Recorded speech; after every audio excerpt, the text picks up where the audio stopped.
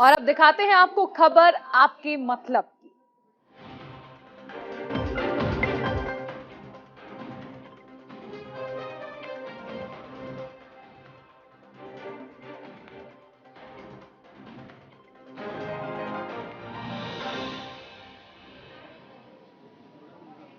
Corona के कहर से लोग अभी तक उबरे भी नहीं हैं। भारत सहित पूरी दुनिया अभी तक कोरोना की मार झेल रही है।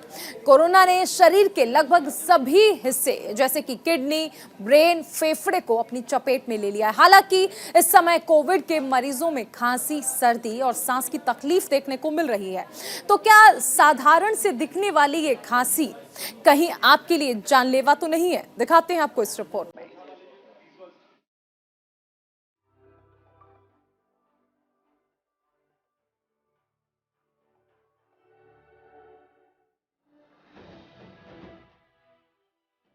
आज भले ही दुनिया में कोरोना के मामले में गिरावट देखने को मिल रही है, लेकिन आज भी कोरोना से बचने के लिए तमाम उपाय किए जा रहे हैं।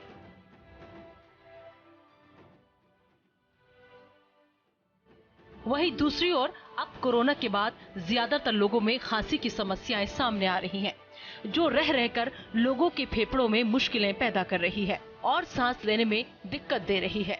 दरअसल कोरोना से रिकवर होने के बाद लोगों में महीनों तक खांसी नहीं जा रही। घर में हो या ऑफिस में हर समय खांसी आती रहती है, जिसकी वजह से लोग अपने काम में फोकस नहीं कर पाते और खुद को बीमार महसूस करते हैं। कहीं आपको भी तो खांसी नहीं?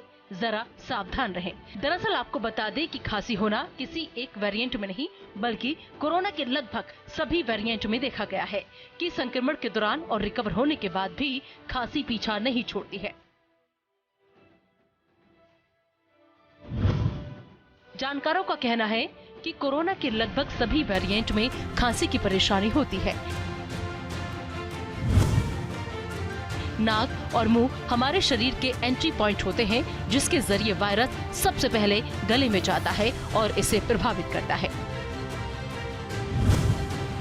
इसके अलावा कोरोना वायरस की बनावट भी ऐसी है कि इसके स्पाइक्स आसानी से गले में चिपक सकते हैं। आपको बता दें कि खांसी दो तरह की होती है, जिसमें से एक सूखी खांसी और दूसरी बलगम वाली खांसी। सर्वे के मुताबिक करीब 53% लोगों ने सूखी खांसी को कोरोना का पहला लक्षण बताया। हालांकि WHO के मुताबिक भी लगातार और गंभीर खांसी होना कोरोना का लक्षण बताया गया है। पहली तो सूखी खांसी में बलगम नहीं आता, ये कुछ दिनों तक लगातार परेशान करती है। वहीं दूसरी ओर बलगम वाली खांसी को सर्वे ने खतरनाक बताया, जिसमें बताया गया कि करीब 45% लोगों ने बलगम वाली खांसी को कोरोना का लक्षण बताया। वहीं नेशनल हेल्थ सर्विस के मुताबिक अगर आपको खांसी के साथ गाढ़ा बलगम आ रहा है तो ये कोविड इन्फेक्शन का संकेत हो सकता है। ऐसे में खांसी होने पर कई सावधानियां लोगों को रखनी पड़ती हैं। आइए आपको बताते हैं कि क्या करना चाहिए। अपने साथ एक पल्स ऑक्सीमीटर रखें। ऑक्सीमीटर में ऑक्सीजन सैचुरेशन चेक करें। ऑक्सीजन सैचुरेशन 94 से नीचे आए तो तुरंत डॉक्टर के पास जाएं। इन बातों का ध्यान रखकर आप खतरे से बच सकते हैं। Bureau report, news India. हमारे साथ चर्चा के लिए डॉक्टर सुनील कुमार जुड़े हैं, जो कि मेडिकल निदेशक हैं यथार्थ हॉस्पिटल के। डॉक्टर सुनील, आपका बहुत बहुत स्वागत है हमारी इस खास पेशकश में। और सबसे पहले देखिए, मैं आपसे ये समझना चाहूंगी कि अगर हम बात कर लें कोरोना के लक्षणों की, तो क्या अभी जो हम लक्षण देख रहे हैं, और खांसी क्योंकि एक ऐसी समस्या रही जो कि पहले वेरिएंट में भी हमने देखी, दूसरे में भी देखी, तो क्या ये आखिर वजह क्या नजर आ रही है? क्या ये पोस्ट कोविड सिम्टम्स है? देखिए, अगर हम जो अभी कफ चल रहा है उसकी बात करें और अगर कोरोना की बात करें, कोरोना को लगभग 2 साल इंट्रोड्यूस हुए हो चुके हैं। वेव 1 या वेव 2 के टाइम पर कोविड के जो है सिम्टम काफी वेरी कर रहे थे। वेव 2 के बाद सभी लोग वैक्सीनेट हो चुके हैं और वैक्सीनेशन होने के बाद हमने देखा है कि कोरोना का प्रभाव कम हुआ है। कोरोना एक इन्फ्लेमेटरी डिजीज है, जो शरीर के अंदर इन्फ्लेमेशंस करती है। ये इन्फ्लेमेशन शरीर के बहुत सारे अंगों में होता है, लंग्स में होता है, किडनी में होता है, हार्ट मसल्स में होता है और ब्रेन के अंदर भी होता है। ये इन्फ्लेमेशन 2 टाइप से होता है, एक होता है एक्यूट इन्फ्लेमेशन और एक होता है क्रोनिक इन्फ्लेमेशन। एक्यूट इन्फ्लेमेशन हम उस समय को बोलते हैं जब एक व्यक्ति कोरोना से संक्रमित है। कोरोना से संक्रमित होने के विदिन 10 डेज के अंदर जो इन्फ्लेमेशन होता है और उस इन्फ्लेमेशन की वजह से जो साइड इफेक्ट्स होते हैं उसको हम एक्यूट बोलते हैं और क्रोनिक जो 10 दिन से ज्यादा लंबे समय तक रहते हैं उसको हम क्रोनिक बोलते हैं। तो हमने देखा अभी जितने भी पेशेंट्स आ रहे हैं तो इसको हमने एक टर्म दिया है पोस्ट कोविड सिंड्रोम या लॉन्ग कोविड। इस लॉन्ग कोविड में हमने देखा है कि शरीर के अंदर बहुत सारी जगह ऐसी है जहाँ पर क्रोनिक इन्फ्लेमेशन चलती रहती है, स्पेशली थ्रोट के अंदर और ब्रेन के अंदर। कफ कोई डिजीज नहीं है, कफ हमारी बॉडी का एक नेचुरल रिफ्लेक्स है। कफ एक रिफ्लेक्स है किसी भी बैक्टीरिया को, वायरस को फेफड़ों के अंदर जाने से बचाने के लिए। कोई भी ऐसे वायरसेस जो हमारे थ्रोट में जाते हैं, वो अगर हमारा एक डिफेंस मैकेनिज्म होता है और जो हमारे सिलियरी ट्रैक्ट्स होते हैं सांस की नली पे, वहाँ पे ये होता है और जैसे ही वहाँ पे वो बैक्टीरिया वायरसेस पहुँचते हैं तो हमारा डिफेंस मैकेनिज्म उसको सेंस करता है और उस सेंस में एक कफ आती है और वो कफ उस वायरस को बाहर प्रोड्यूस कर देता है। एक कारण ये होता है, दूसरा होता है कि जहाँ पर ये हमारी सांस की नली में जहाँ पर ये सिलियरी ट्रैक्ट्स होते हैं वहाँ पर इन्फ्लामेशंस हो जाती है। वहाँ पर बहुत सारे न्यूरोमोड्यूलेटर्स होते हैं, बहुत सारे केमिकल शरीर के अंदर ऐसे निकलते हैं जो इस रिफ्लेक्स को बढ़ा देते हैं। वो हमारे ये सारा कफ रिफ्लेक्स जो होता है हमारे ब्रेन से कंट्रोल होता है।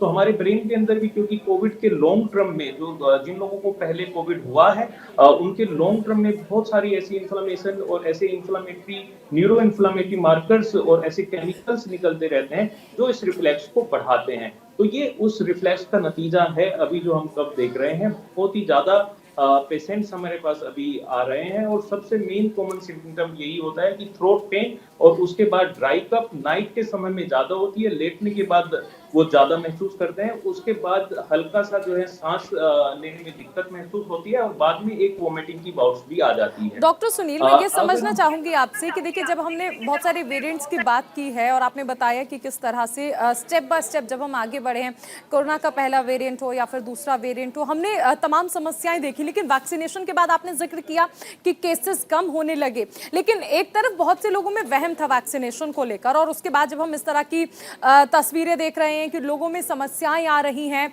जिन्हें हम आपने कहा कि जिन्हें पोस्ट कोविड सिंड्रोम नाम दिया गया है, ऐसे में तो एक तरफ वहम और दूसरी तरफ ये सिचुएशन जिसमें लगातार उन्हें जूझना पड़ रहा है, ऐसे में फिर आगे क्या सोचा जा सकता है? तो कहीं ना कहीं वैक्सीनेशन वाला वहम जो है वो तो घर कर जाएगा।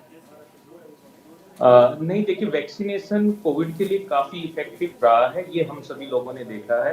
कोरोना के जो पहले वेरिएंट्स थे, अल्फा, बीटा, गामा, डेल्टा, ये सारे वेरिएंट्स ने बहुत ही ज्यादा जो है इन्फेक्शन किया है और मोर्टेलिटी भी बहुत ज्यादा हुई है, बहुत ज्यादा डेथ्स हुई हैं। उसके बाद लगभग भारत की पूरी जनता को लगभग 100 करोड़ लोगों को डबल वैक्सीनेशन हुआ और उसके बाद हमने देखा जितने भी वेरिएंट आए, चाहे वो ओमिक्रॉन आया, थीटा आया या ओमिक्रॉन के सब वेरिएंट्स आए, उन सब में हमने देखा कि सीवियरिटी और कॉम्प्लिकेशंस बहुत ही कम देखने को मिले और कहीं ना कहीं जो कोविड एक जानलेवा बीमारी थी वो एक नॉर्मल इन्फ्लुएंजा फ्लू वायरस की तरह रहने लगी है। अब उसमें 3 से 5 दिन का कोर्स होता है, 3 से 5 दिन तक वायरल टाइप सिम्टम जितने भी होते हैं जो बाकी वायरस में आते हैं, कोविड में भी वही आते हैं।